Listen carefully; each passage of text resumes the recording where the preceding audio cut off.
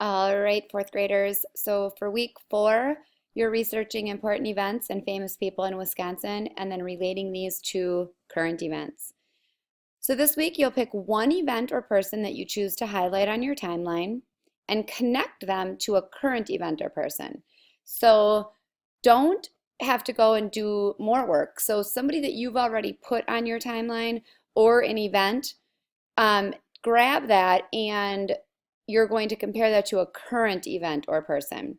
You'll use a Venn diagram to do your comparison and keeping in mind that what's different is in the outside circles and what's the same is the overlapping part. You can use this link to create your Venn. Some examples of people or events that you could use are current protests, a past president to a current president, a company well established to a newer company. So doing comparisons like that, companies that have made a difference in our country. So kind of look at your timeline and see which one jumps out at you as to, and maybe you have a current event that's jumping out at you that you want to use. Your literacy connection is you're continuing to build your slides, working on slides 5 through 18. This really is the core of your timeline work. You're adding some geography points on slide 5. Researching Wisconsin historical events, putting them in chronological order. Be sure to keep track of those dates. You need to put them in, happening from earliest to most current. Use the resource listed. Use those resources that are on Wisconsin. Tap into Waukesha Discovery Education for further research, and then really stick to your guidelines and include the event dates, location, 2-sentence summary, and a picture.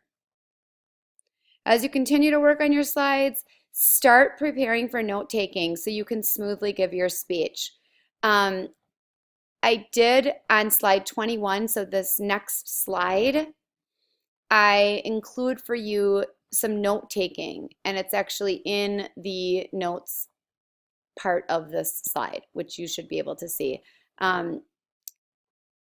You can't see it, it's like right, you guys know because you'll put your citations, so that note taking area would be a great place to start putting things that you want to say in your speech when you do present your On Wisconsin timeline. And so this also just kind of recaps how you can take notes in a presentation. So read through this and you guys know that it's there, but this is just another great reminder for you, and using that tool will help you not sound so rehearsed or choppy. It's just going to be a nice tool for you to have key points, and you'll be able to just create your speech a little bit more fluently, and it'll have good flow. So just be aware of that note-taking tool. Your week 4 math connection review week. This week's math is optional. You can have fun with this game if you feel you need more practice around reading timelines. But if you feel like you've got a really good handle on it, this is an optional connection this week. All right, have a great week. If you have any questions, let your teacher know.